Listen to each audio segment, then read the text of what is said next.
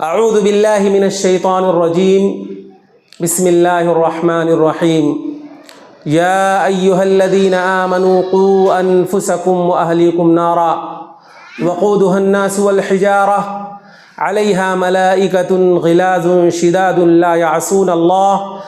یعصون اللہ ما امرہم ویفعلون ما یؤمرون۔ اس اجلاس کے صدر فضیلت الشیخ شکیل احمد فیضی حفظہ اللہ، امیر صوبائی جمعیت اہل حدیث مہاراشٹر، اسٹیج پر تشریف فرما معزز علماء کرام، حاضرین مجلس، دینی و ملی بھائیوں اور بزرگوں، پردہ نشین ماؤں اور بہنوں اگر شامل ہیں وہ تو، ہر طرح کی تعریف، حمد و ثنا،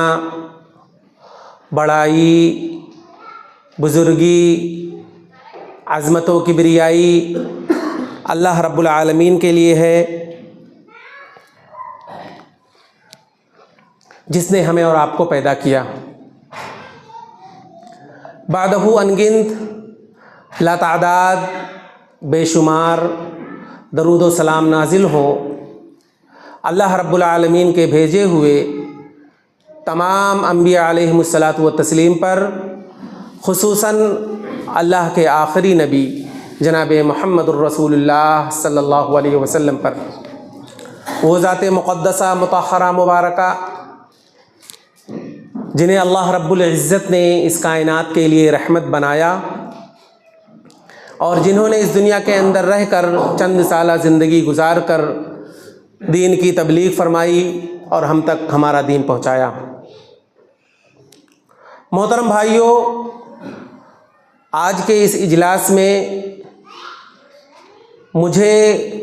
جس عنوان پر گفتگو کرنے کے لیے کہا گیا ہے وہ ہے اولاد کی تربیت۔ اسی مناسبت سے میں نے آپ کے سامنے قرآن مجید کی ایک آیت کی تلاوت کی ہے۔ جو آیت میں نے آپ کے سامنے پڑھی ہے، اس آیت میں اللہ رب العالمین نے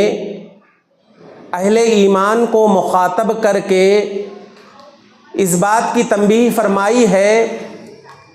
کہ تمہیں خود اپنے آپ کو اور اسی طرح سے اپنے اولاد کے سلسلے میں تمہیں فکر مند ہونا چاہیے۔ اس بات کی اللہ رب العالمین نے ہمیں تلقین فرمائی ہے، بیان فرمایا کہ یا ایھا الذین آمنوا قوا انفسکم واہلیکم نارا، کہ اے ایمان والو تم اپنے آپ کو جہنم کی آگ سے بچاؤ۔ قوا انفسکم واہلیکم نارا، اور اپنے اہل و عیال کو بھی جہنم کی آگ سے بچاؤ۔ اس آگ سے علیہا ملائکۃ غلاظ شداد لا یعصون اللہ ما امرہم، کہ اس جہنم پر سخت مزاج اور درست طبیعت کے فرشتے مقرر ہوں گے، اور ایسے فرشتے جنہیں اللہ رب العالمین اگر کسی کام کا حکم دیتا ہے تو وہ اللہ رب العالمین کی نافرمانی نہیں کرتے۔ جو کام اللہ رب العالمین، جو حکم اللہ رب العالمین ان فرشتوں کو دیتا ہے وہ حکم کی بجاوری کرتے ہیں۔ حاضرین گرامی، اولاد یہ ایک بہت بڑی نعمت ہے، یہ ایک بہت عظیم نعمت ہے۔ جس شخص کے پاس اولاد ہے گویا کہ اس کے پاس ایک بہت بڑی نعمت ہے، اور جو اولاد سے محروم ہو گیا، جس کے پاس اولاد نہیں ہے، تو گویا کہ وہ ایک بہت بڑی نعمت سے محروم ہو گیا، اور یہ محرومی زندگی بھر اسے تڑپاتی رہتی ہے۔ تو یہ اولاد نعمت ہے۔ قرآن مجید کا اگر آپ مطالعہ کریں تو اللہ رب العالمین نے قرآن مجید کے اندر اسی اولاد کے تعلق سے کہا ہے کہ یہ اولاد زینت ہے، یہ گھروں کے زینت ہیں، خاندان کے زینت ہیں، المال والبنون زینت الحیات الدنیا، آدمی کے ہاتھ میں مال ہے، اس کے گھر میں اولاد ہے، تو گویا کہ اس کے پاس ایک بہت بڑی نعمت ہے۔ لیکن اگر ہم قرآن مجید کا مطالعہ کرتے ہیں تو قرآن مجید کے اندر ہمیں اور بھی کئی ایسی آیتیں ملیں گی جس میں اولاد کے تعلق سے دو طرح کی باتیں ہیں۔ ایک طرف کچھ آیتیں آپ کو ایسی بھی مل جائیں گی جس میں اس بات کی وضاحت ہے کہ اولاد اللہ رب العالمین کی جانب سے ایک بہت بڑی نعمت ہے۔ دوسری طرف کچھ آیتیں آپ کو ایسی بھی مل جائیں گی جس میں اولاد کو فتنہ بھی کہا گیا ہے، اولاد کو آزمائش بھی کہا گیا ہے۔ آپ دیکھیے قرآن مجید کی وہ آیت کریمہ کہ فَقُلْتُ اسْتَغْفِرُوا رَبَّكُمْ إِنَّهُ كَانَ غَفَّارًا يُرْسِلِ السَّمَاءَ عَلَيْكُمْ مِدْرَارًا وَيُمْدِدْكُمْ بِأَمْوَالٍ وَبَنِينَ وَيَجْعَلْ لَكُمْ جَنَّاتٍ وَيَجْعَلْ لَكُمْ أَنْهَارًا۔ اس آیت کریمہ میں آپ دیکھیے حضرت نوح علیہ السلام نے اپنی قوم سے کیا کہا تھا؟ کہا تھا استغفار کرو، توبہ کرو، استغفار کرو۔ جب استغفار کرو گے تو اس کے بدلے میں کیا ملے گا، اس کا نتیجہ کیا ہوگا؟ اللہ رب العالمین نے کہا فَقُلْتُ اسْتَغْفِرُوا رَبَّكُمْ إِنَّهُ كَانَ غَفَّارًا يُرْسِلِ السَّمَاءَ عَلَيْكُمْ مِدْرَارًا۔ تمہارے استغفار کرنے کی وجہ سے اس کے بدلے میں اللہ رب العالمین تمہارے لیے موسلا دھار بارش نازل کرے گا۔ وَيُمْدِدُكُمْ بِأَمْوَالٍ وَبَنِينَ، اور اسی استغفار کے بدلے اللہ رب العالمین تمہیں مال دے گا، اولاد کی نعمت دے گا، تمہیں اولاد دے گا۔ تو اس آیت میں اولاد کو نعمت کہا گیا ہے۔ اور دوسری طرف اگر دوسری آیتوں کو اگر ہم پڑھیں گے تو اس میں اولاد کو فتنہ کہا گیا ہے، اولاد کو آزمائش کہا گیا ہے۔ انما اموالکم واولادکم فتنہ، کہ اللہ رب العالمین نے کہا کہ تمہارے مال، تمہاری اولاد تمہارے لیے یہ فتنہ ہے، تمہارے لیے ایک آزمائش ہے۔ اور سورہ تغابن کے اندر اگر آپ سورہ تغابن پڑھیں گے تو اللہ رب العالمین نے بالکل صراحت کے ساتھ کہا کہ یہ جو اولاد ہے، تمہاری اولاد ہے، یہ تمہارے لیے دشمن ہے۔ یا ایھا الذین آمنوا ان من ازواجکم واولادکم عدوا لکم فاحذروہم، کیا ایمان والو، تمہاری بیویاں اور تمہارے اولاد یہ تمہارے لیے دشمن ہیں۔ اب آپ دیکھیے کہ قرآن مجید کے اندر ایسی بھی آیتیں موجود ہیں جہاں اولاد کو نعمت کہا گیا ہے، اور قرآن مجید کے اندر ایسی بھی آیتیں ہیں جہاں پر اولاد کو فتنہ اور آزمائش اور دشمن کہا گیا ہے۔ تو اس کا مطلب یہ ہوا کہ اگر اولاد فرما بردار ہے، اگر اولاد با اخلاق ہے، اگر اولاد با اخلاق ہے اور اسی طریقے سے نمازی ہے، دیندار ہے، اس کے اندر تقوی ہے، تو وہ اولاد نعمت ہے۔ لیکن اگر یہی اولاد بگڑ جائے، یہی اولاد خراب ہو جائے، اگر اس اولاد کا عقیدہ خراب ہے اور وہ اخلاق والا نہیں ہے اور اسی طریقے سے اس کا کیریکٹر خراب ہے، تو پھر آپ یوں سمجھ لیجئے کہ اگر اولاد بگڑی ہوئی ہے تو پھر والدین کے لیے پھر کسی دوسرے عذاب کی ضرورت نہیں ہے۔ یہ بہت بڑا مسئلہ ہے، یہ والدین کے لیے بہت بڑا مسئلہ ہے۔ ان کی نیند اور اسی طریقے سے ان کا چین خراب ہو جاتا ہے، نہ صبح میں سکون ہے، نہ شام میں سکون ہے، ہمیشہ اس کی فکر لاحق ہوئی رہتی ہے اور والدین پریشان رہتے ہیں اگر اولاد بگڑ گئی ہے تو اب اس سلسلے میں اگر ہم دیکھیں گے کہ اولاد نعمت کیسے بنے گی اور اسی طریقے سے اولاد دشمن اور اسی طریقے سے فتنہ کیسے بنے گی، اس میں والدین کا بہت ہی اہم رول ہوتا ہے۔ والدین کی بہت بڑی ذمہ داری ہے اس سلسلے میں، اولاد کی تربیت کے سلسلے میں، اور خاص طور سے والدین میں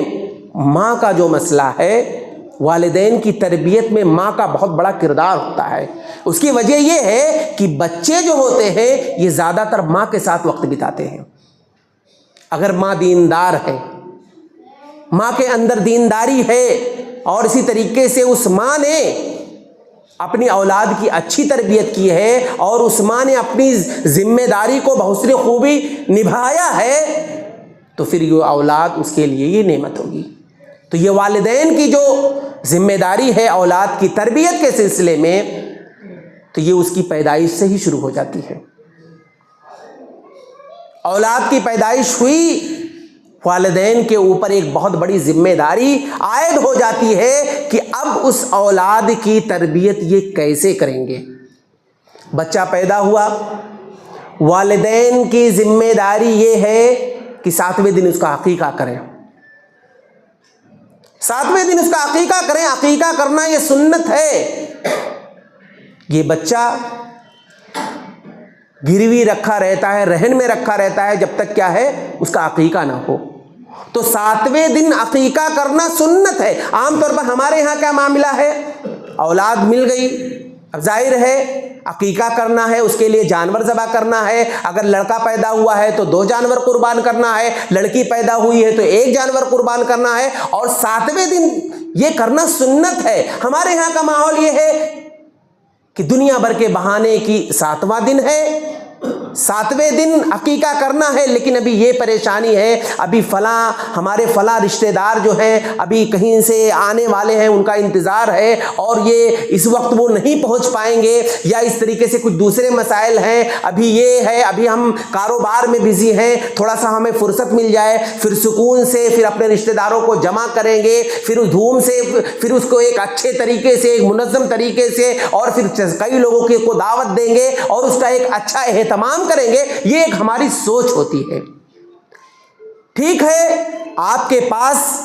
اگر عذر ہے، آپ نہیں کر سکتے ہیں، آپ کے پاس اس طرح کی اگر کوئی مجبوری ہے تو کوئی مسئلہ نہیں ہے، 7واں دن گزر جائے اس کے بعد آپ عقیقہ کر دیں۔ لیکن اگر آپ کے پاس سہولت ہے، آپ کے لیے آسانی ہے، تو آپ کے اوپر ذمہ داری ہے۔ اللہ کے نبی صلی اللہ علیہ وسلم کی سنت ہے کہ 7ویں دن عقیقہ کرنا ہے۔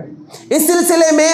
بلا وجہ کی کوتاہی اور بلا وجہ کی تاخیر کرنا درست نہیں ہے۔ تو والدین کی ذمہ داری ہے کہ وہ اپنے اولاد کا، جو اس کے ہاں لڑکا یا لڑکی پیدا ہوئی ہے تو اس کا 7ویں دن عقیقہ کریں۔ اور اسی طرح سے والدین کی ذمہ داری یہ بھی ہے کہ بچے کا ایک اچھا نام رکھیں۔ نام ہمارے ہاں بہت سارے لوگ ایسے بھی ہیں کہ بہت سارے لوگ شرکیہ نام رکھ لیتے ہیں، انہیں پتہ ہی نہیں ہوتا ہے۔ عبد النبی نام رکھ دیے، عبد الکعبہ نام رکھ دیے، یا اس طریقے سے بہت سارے نام، شرکیہ نام جو سمجھ میں آیا رکھ لیے۔ یا اسی طرح سے ہمارے ہاں ایک فیشن بن چکا ہے کہ ہم اپنی اولاد کا، اپنے بچے کا ایسا نام رکھیں گے جیسا نام کسی نے نہ رکھا ہو۔ عام طور پر بہت سارے لوگ فون کر کے میسج کر کے پوچھتے ہیں بھائی ہمارے ہاں لڑکا پیدا ہوا ہے یا ہمارے ہاں لڑکی پیدا ہوئی ہے، کوئی ایک آپ نام بتائیے۔ جب انہیں صحابہ کرام کا نام اس طرح سے کچھ نام بتایا جاتا ہے کہ یہ نام رکھ لو، یا صحابیات میں سے کسی کا نام بتایا جاتا ہے کہ یہ نام رکھ لو، کہتے ہیں یہ تو پرانا ہے، یہ پرانا ہے، یہ تو بہت سارے لوگوں نے نام رکھ لیا ہے،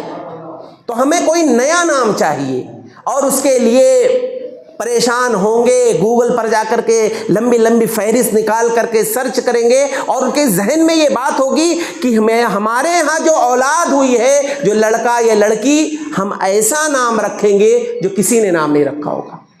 اور بسا اوقات ناسمجھی کی بنیاد پر، بسا اوقات کچھ فیشن کے طور پر کچھ نیا نام رکھنے کے چکر میں ایسا نام رکھ دیتے ہیں کہ جس کا معنی بھی بہت خراب ہوتا ہے۔ ہمارے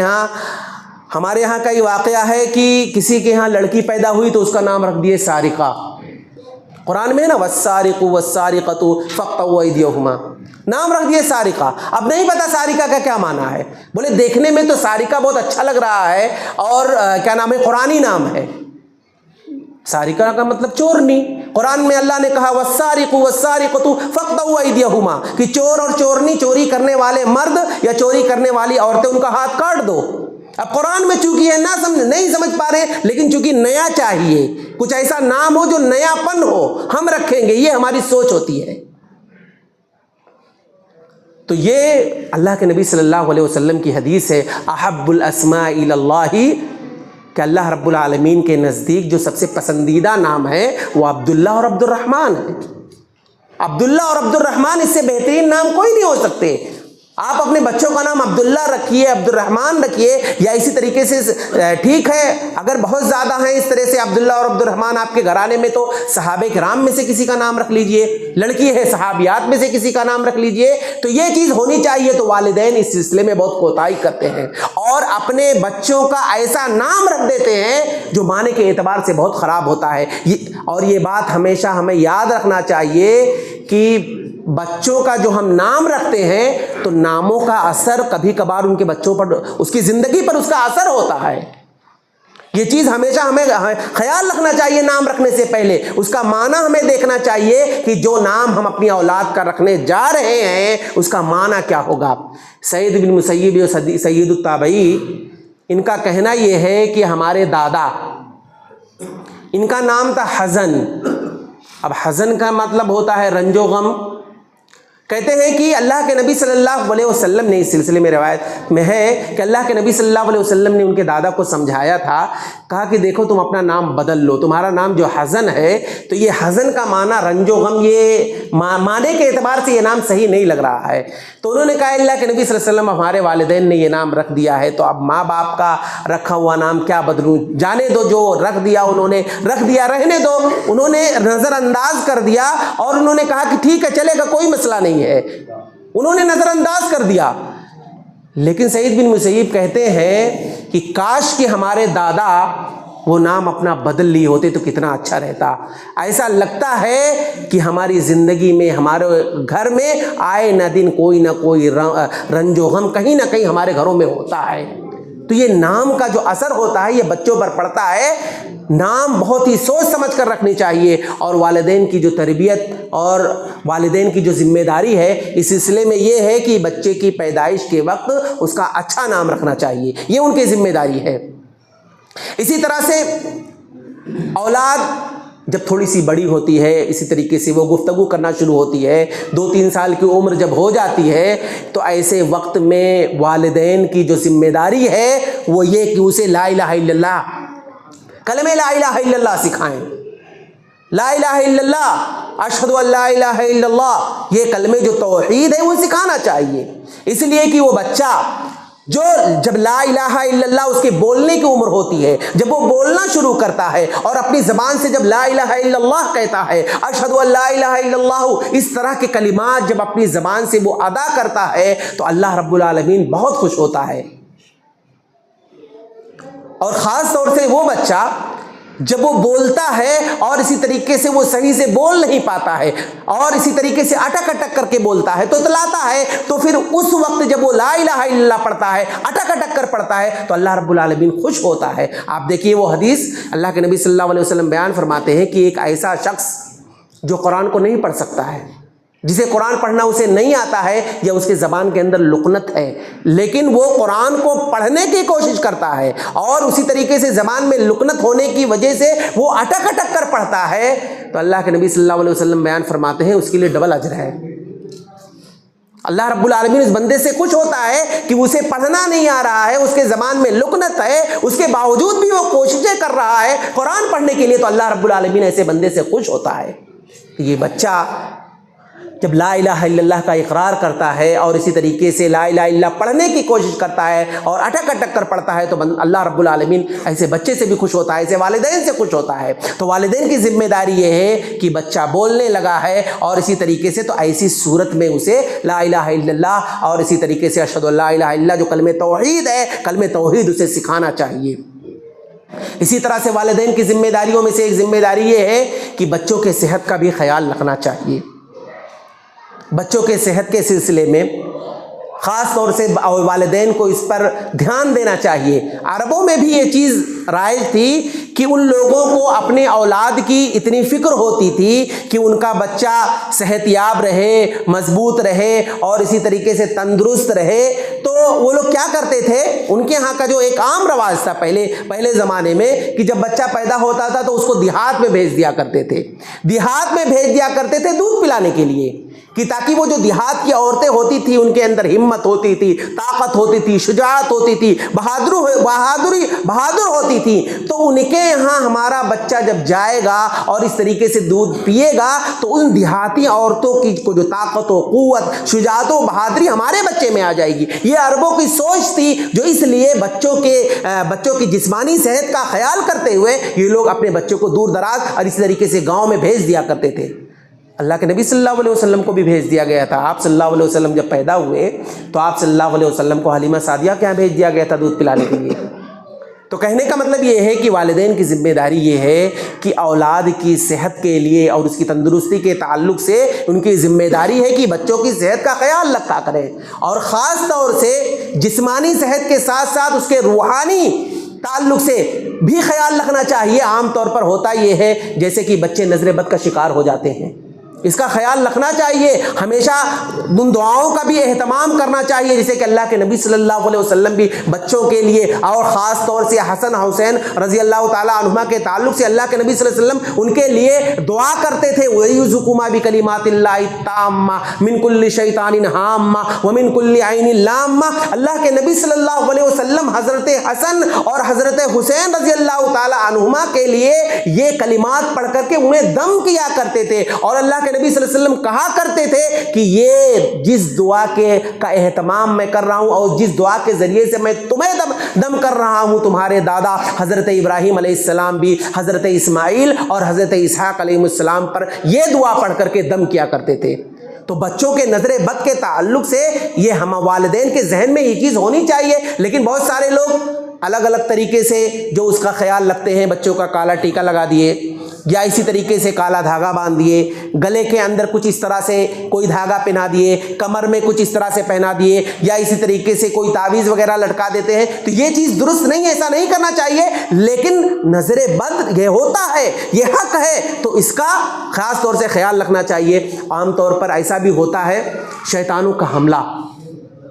بچوں پر شیطانوں کا حملہ ہوتا ہے، اس سلسلے میں متنبہ ہونا چاہیے، خیال کرنا چاہیے۔ مغرب کی نماز کا وقت جب ہوتا ہے، مغرب کی اذان جب ہوتی ہے، تو شیطان اور اسی طریقے سے ان کا پورا گروپ جو شیطانوں کا ہوتا ہے یہ منتشر ہو جاتے ہیں، یہ پھیل جاتے ہیں اور بچوں پر اٹیک کرتے ہیں، بچوں پر حملہ کرتے ہیں، ان کے عقیدے پر حملہ کریں گے، ان کے اخلاق پر حملہ کریں گے، اور اس طریقے سے ان پر حملہ آور ہو کر کے ان پر اثر انداز ہوتے ہیں۔ تو ایسی صورت میں والدین کی ذمہ داری یہ ہے کہ مغرب کی اذان کا وقت جب ہو جائے تو اس وقت سے لے کر کے جب تک عشاء کی نماز کا وقت نہ ہو جائے بچوں کو گھر میں قید رکھنا چاہیے۔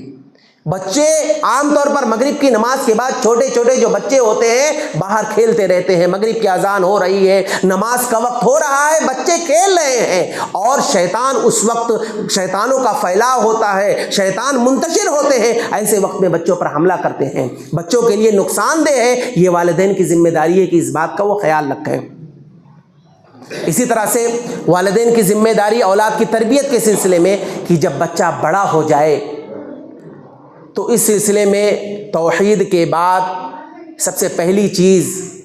جو اللہ رب العالمین نے مسلمانوں پر فرض کیا ہے وہ ہے نماز۔ نماز کے سلسلے میں بچوں کو ان کو اللہ کے نبی صلی اللہ علیہ وسلم کی حدیث ہے مروا اولادکم بالصلاۃ وهم ابناء 7 سنین واضربوهم علیہا وهم ابناء 10 سنین، کہ جب بچہ 7 سال کا ہو جائے تو اسے نماز پڑھنے کے لیے کہا جائے، حکم دیا جائے کہ نماز پڑھے۔ اس کا یہ مطلب نہیں ہے کہ 7 سال کی عمر سے پہلے اسے نماز پڑھنے کے لیے نہ کہا جائے۔ بچہ اگر چھوٹا ہی ہے لیکن اگر والدین یا اسی طریقے سے باپ اپنے ساتھ اس کو مسجد میں لے کر کے آتا ہے، یا اسی طریقے سے اس کے سامنے نماز پڑھتا ہے، یا بچے کو سکھاتا ہے کہ نماز اس طرح سے پڑھنا چاہیے، تو یہ بہت اچھی بات ہے، کرنا چاہیے۔ 7 سال سے پہلے بھی بچے کو نماز پڑھنے کے لیے آپ کہہ سکتے ہیں، لیکن اللہ کے نبی صلی اللہ علیہ وسلم کی حدیث ہے کہ 7 سال کی عمر کا اگر ہو جائے تو اسے نماز پڑھنے کے لیے کہنا ہے، حکم دینا ہے، تمہیں بھی آ کر کے نماز پڑھنی ہے، اور بچے کو بھی ساتھ میں لا کر کے مسجد میں لے کر کے آنا ہے، اور اپنے ساتھ رکھ کر کے اسے بھی نماز کا حکم دینا ہے، اسے بھی نماز پڑھنے کے لیے کہنا ہے۔ اور جب بچہ 10 سال کا ہو جائے اور نماز نہ پڑھے تو اگر مارنے کی نوبت آئے تو ایسی صورت میں مارنا بھی چاہیے. لیکن مارنے کا یہ مطلب نہیں ہے کہ مطلب پیٹا جائے، مطلب ایک تادیبی طور پر اس طرح سے. لیکن یہ ہے کہ اگر آپ شروع ہی سے بچہ 7 سال کی بھی عمر کا نہیں ہوا ہے لیکن اگر تھوڑا سمجھدار ہو گیا ہے، نماز کے بارے میں آپ اسے سمجھائیں گے، نماز کے بارے میں آپ اسے بتائیں گے اور آپ خود نماز کا اہتمام کریں گے تو پھر ڈنڈے کی اور مار کی ضرورت ہی نہیں پڑے گی. بچہ آپ کو دیکھ کر کے آپ خود ہی آئے گا نماز پڑھنے کے لیے. تو یہ اہتمام اس سلسلے میں والدین کی یہ ذمہ داری ہے کہ نماز پڑھنے کے سلسلے میں بچوں کو اس رغبت دیا کریں اور اسی طریقے سے انہیں تنبیہ کیا کریں. اور خاص طور سے 7 سال یا 10 سال کا عمر کا ہو جائے تو پھر نماز پڑھنے کے لیے ہمیں کہنا ہے. یہ والدین کی ذمہ داری ہے. اسی طرح سے والدین کی ذمہ داریوں میں سے ایک ذمہ داری یہ بھی ہے کہ بچوں کے تعلیم کے سلسلے میں یہ بہت ہی اہم مسئلہ ہے کہ بچوں کی تربیت تو کرنی ہی کرنی ہے، تربیت کے ساتھ ساتھ ان کے تعلیم کا جو مسئلہ ہے یہ بہت اہم مسئلہ ہے کہ بچوں کی تعلیم کیسی ہونی چاہیے. نبی کریم صلی اللہ علیہ وسلم کیسے تعلیم و تربیت کرتے تھے. اللہ کے نبی صلی اللہ علیہ وسلم نے خواتین کا معاملہ ہو جائے، بچوں کے سلسلے میں آپ صلی اللہ علیہ وسلم کے تعلق سے آپ پڑھیں، آپ دیکھیں کہ تعلیم کا معاملہ بہت اہم ہے. دیکھیے، اور والدین بچوں کے تعلیم کے سلسلے میں فکر مند ہوتے ہیں لیکن دنیاوی تعلیم کے ساتھ ساتھ دینی تعلیم کا بھی خاص خیال ہمیں والدین کو ہونا چاہیے. اس لیے کہ دیکھیے، اگر آپ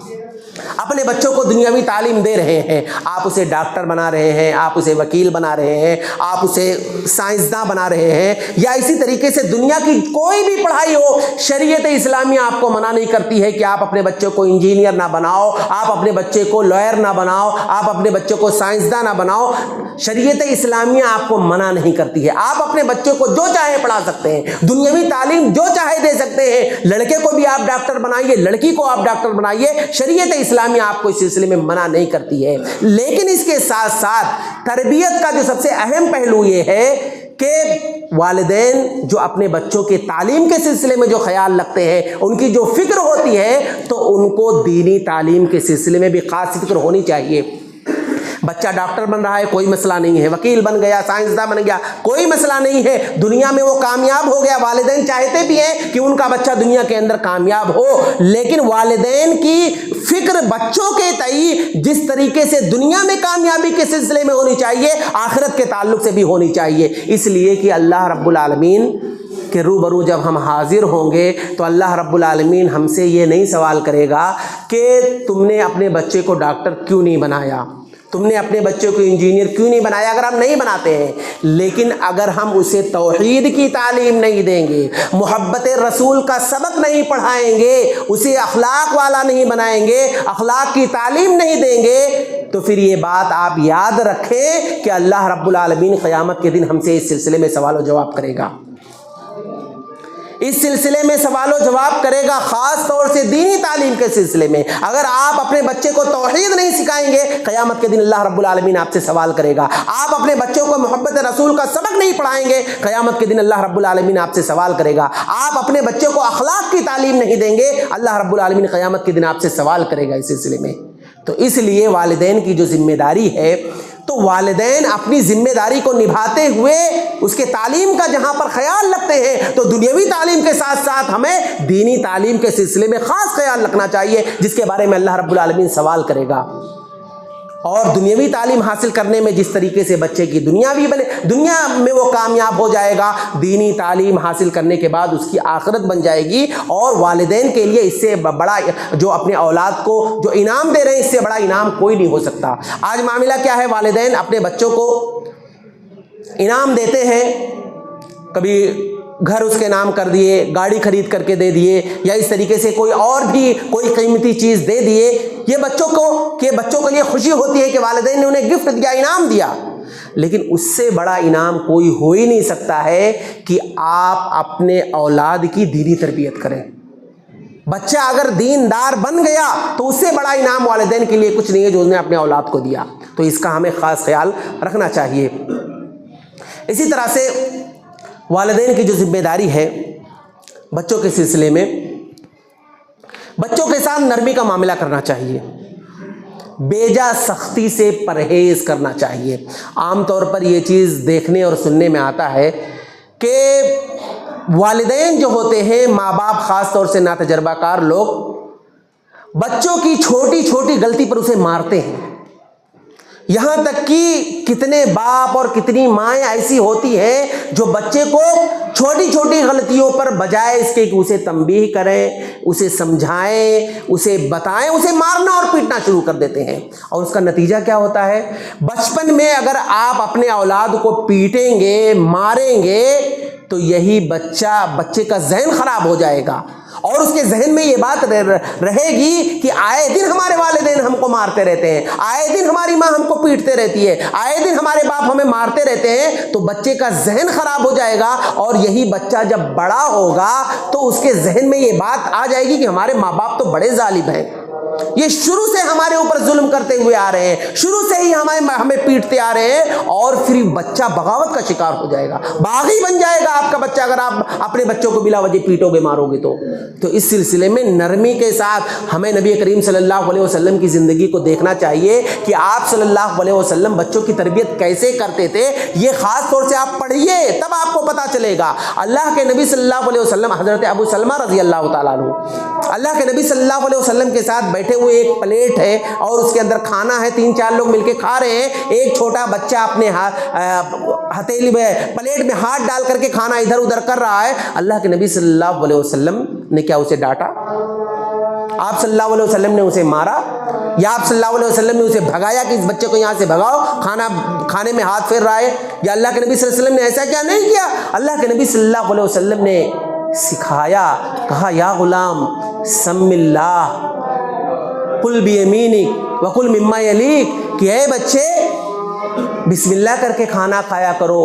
اور وہ کھانا دائیں ہاتھ سے کھانا کھایا کرو، وہ کھانا جو تم سے قریب ہو تو قریب سے کھایا کرو۔ یہ اللہ کے نبی صلی اللہ علیہ وسلم کے سمجھانے کا طریقہ تھا کہ آپ صلی اللہ علیہ وسلم کو کہ بچوں کی تربیت کیسے کرتے، بچوں کو تعلیم کیسے دیتے تھے، بچوں کو سکھاتے تھے۔ یہ ہمارے آج کے والدین میں یہ تصور ہونا چاہیے، اور نبی کریم صلی اللہ علیہ وسلم کی یہ سیرت اور اسی طریقے سے اس طرح کے واقعات والدین کے ذہن میں ہونا چاہیے، اور بچوں کی تربیت اس انداز میں کرنی چاہیے۔ اللہ کے نبی صلی اللہ علیہ وسلم بیجا سختی نہیں کرتے تھے۔ حضرت انس رضی اللہ تعالیٰ عنہ کا معاملہ، حضرت انس رضی اللہ تعالیٰ عنہ کی ماں جب انس رضی اللہ تعالیٰ عنہ بالکل چھوٹے بچے تھے، اللہ کے نبی صلی اللہ علیہ وسلم کے پاس لے کر کے آتی ہے اور کہتی ہے اللہ کے نبی صلی اللہ علیہ وسلم، یہ میرا بیٹا آپ کی خدمت کے لیے میں اسے وقف کرتی ہوں، یہ آپ کی خدمت کرے گا۔ انس رضی اللہ تعالیٰ عنہ کہتے ہیں کہ خدمت رسول اللہ صلی اللہ علیہ وسلم 10 سنین، کہ میں نے اللہ کے نبی صلی اللہ علیہ وسلم کی 10 سال خدمت کی، 10 سال میں اللہ کے نبی صلی اللہ علیہ وسلم کے ساتھ رہا۔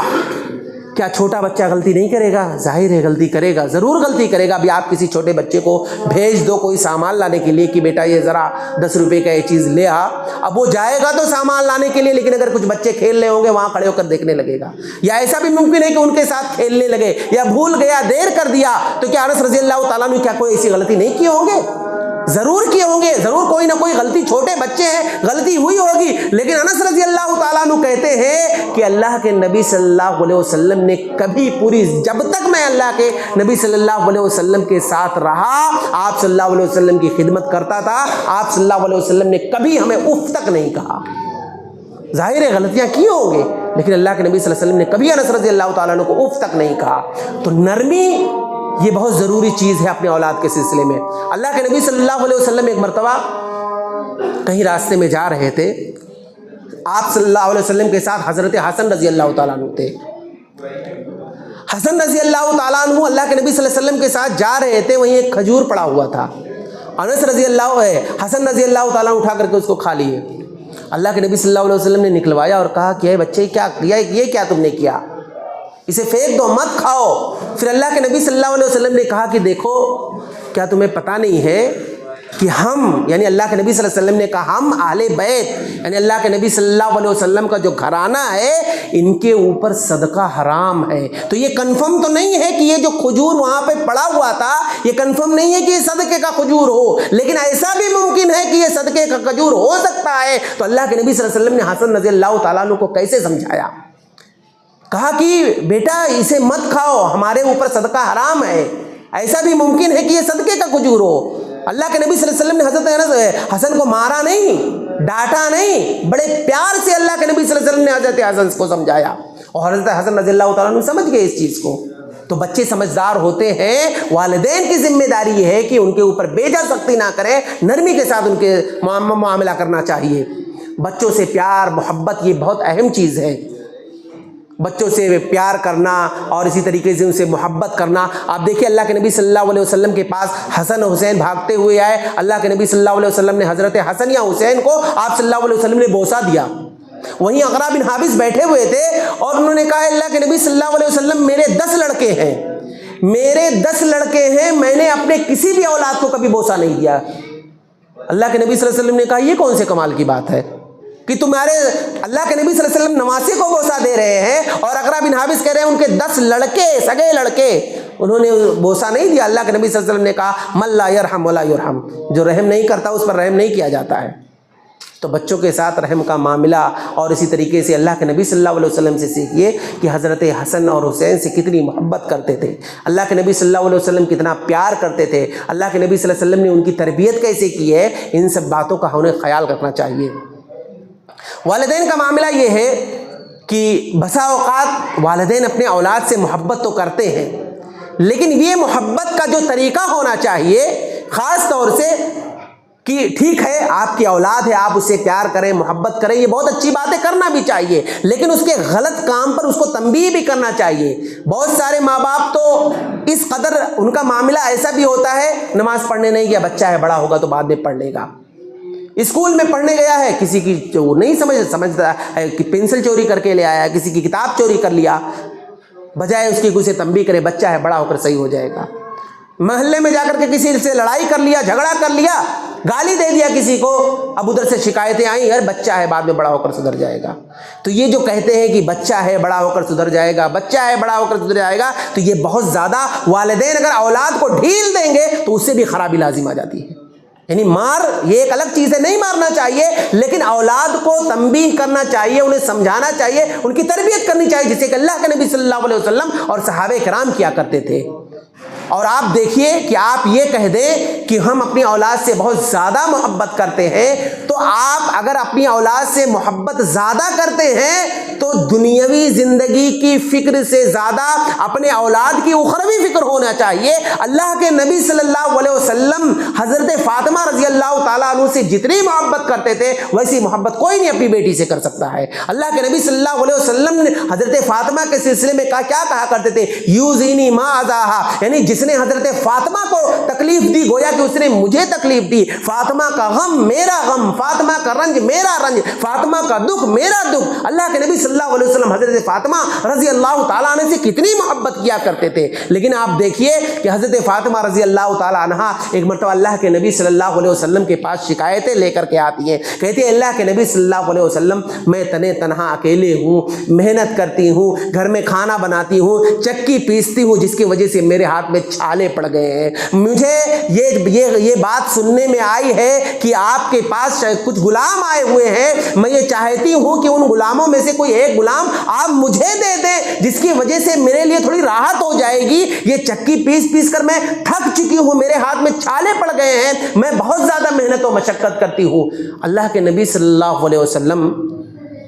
حضرت فاطمہ رضی اللہ تعالیٰ عنہ سے کتنی محبت کرتے تھے۔ اللہ کے نبی صلی اللہ علیہ وسلم نے حضرت فاطمہ رضی اللہ تعالیٰ عنہ کو بلایا اور انہیں سمجھایا، کہا کہ اے بیٹی تم جب تھک جاتی ہو، کام کر کر کے تھک جاتی ہو،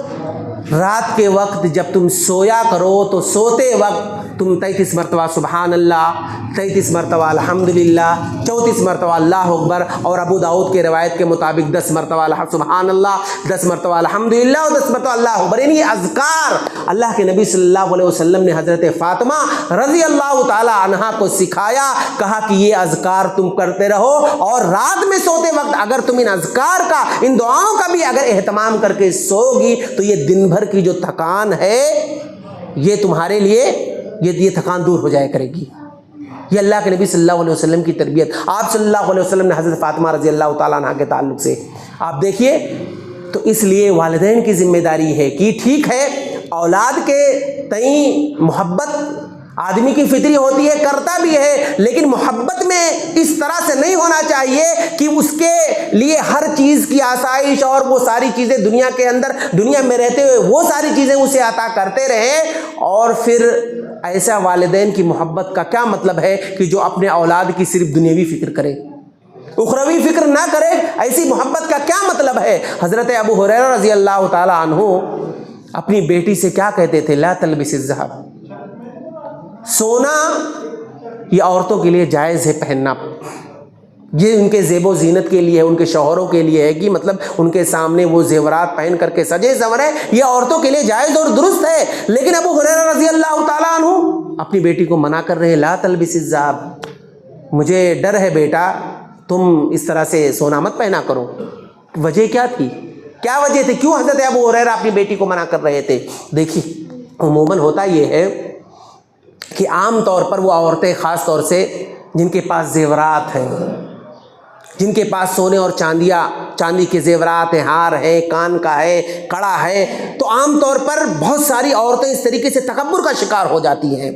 اور کچھ عورتیں اس طرح سے ہوتی ہیں، ان کے مزاج میں یہ چیز رہتا ہے کہ اگر کسی مجلس میں جانا ہے، کہیں کوئی شادی کی محفل ہے یا اسی طریقے سے اور کوئی کہیں کوئی پروگرام ہے، تو اس میں سج سنور کر کے جائیں گی، پورے زیورات کو پہنتی ہیں، اور ان کا مقصد یہ ہوتا ہے، اور پھر اس کے بعد ان کے ذہن میں یہ بات ہوتی ہے کہ ابھی میں اس طرح سے آج یہ زیورات پہنوں گی، سجوں گی، سوریں گی، اور فلاں عورت کی اوقات دکھاؤں گی، اس کے سامنے جاؤں گی اور اسے بتاؤں گی کہ یہ میرا شوہر کتنا مالدار ہے، اس نے مجھے اتنے سارے زیورات دیا ہے۔ یا اگر وہ بڑے باپ کی بیٹی ہوتی ہیں تو کہتی ہے کہ میرا باپ مجھے کس طرح سے نوازا ہے، اور میرے پاس یہ چیزیں ہیں، تو فلاں غریب عورت ہے، اس کے پاس کیا اوقات ہے، اس کی حیثیت جا کر کے اس مجلس میں بتاؤں گی، دکھاؤں گی۔ یہ ساری سوچ لے کر کے اگر کوئی عورت جا رہی ہے، سج رہی ہے، سنور رہی ہے، زیورات کو پہن رہی ہے، تو اس میں اس کی آخرت کا مسئلہ ہے، وہ تکبر کا شکار ہو جاتی ہے۔ تو حضرت ابو ہریرہ رضی اللہ تعالیٰ عنہ کا معاملہ یہ تھا کہ کہتے تھے ایک جائز چیز کے لیے روکتے تھے،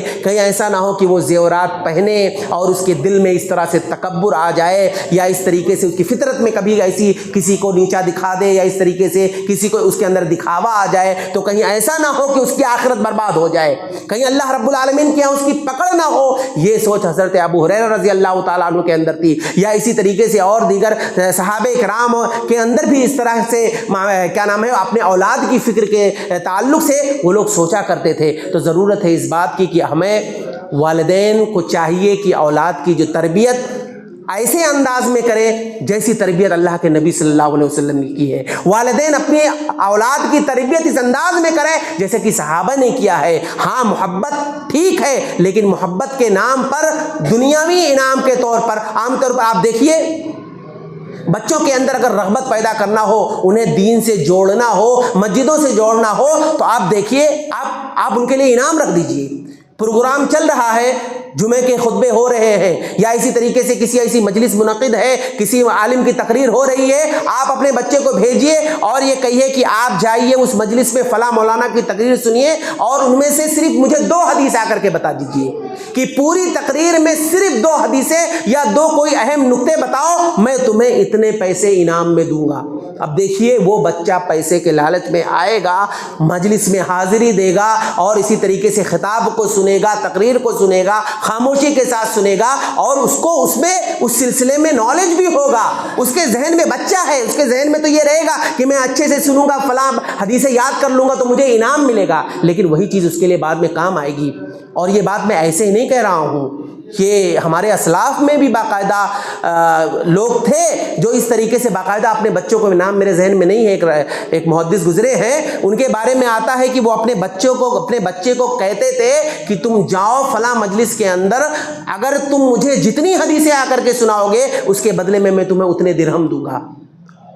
وہ جاتے تھے مجلسوں کے اندر بیٹھتے تھے، اس کے بعد حدیثیں سنتے تھے، یاد کرتے تھے، اپنے باپ کو سناتے تھے، اور اس کے بدلے انہیں وہ اتنا درہم ملتا تھا۔ تو وہ وقتی طور کے لیے بچہ ہے، اسے وہ چیز فائدے مند تو ہوگی. تو یہ اس طریقے سے اگر آپ انعام رکھیں گے، بچوں کے اندر رغبت پیدا کریں گے، انہیں شوق دلائیں گے، انہیں انعام کے تعلق سے بتائیں گے، تو یہ بچہ خود بخود دین سے جڑے گا، مسجدوں سے جڑے گا. تو یہ اس کا ایک بہت بڑا فائدہ ہوگا. تو ان تمام چیزوں کو خیال رکھتے ہوئے اللہ کے نبی صلی اللہ علیہ وسلم کی حدیث کو کے پیش نظر ہمیں اولاد کی تربیت کرنی چاہیے. انہی چند باتوں پر میں اپنی بات کو ختم کرتا ہوں. اللہ رب العالمین سے دعا کرتے ہوئے کہ اللہ رب العالمین ہم تمام لوگوں کو اس بات کی توفیق دے کہ ہم اپنے اولاد کی تربیت نبوی طریقے پر، نبی کریم صلی اللہ علیہ وسلم کے طریقے پر کریں. اللہ رب العالمین جب تک تو ہمیں اس دنیا کے اندر زندہ رکھ، ایمان اور اسلام پر زندہ رکھ، اور ہمارا خاتمہ ہو تو ایمان بالخیر پر ہو. آمین. وآخر دعوانا الحمدللہ رب العالمین.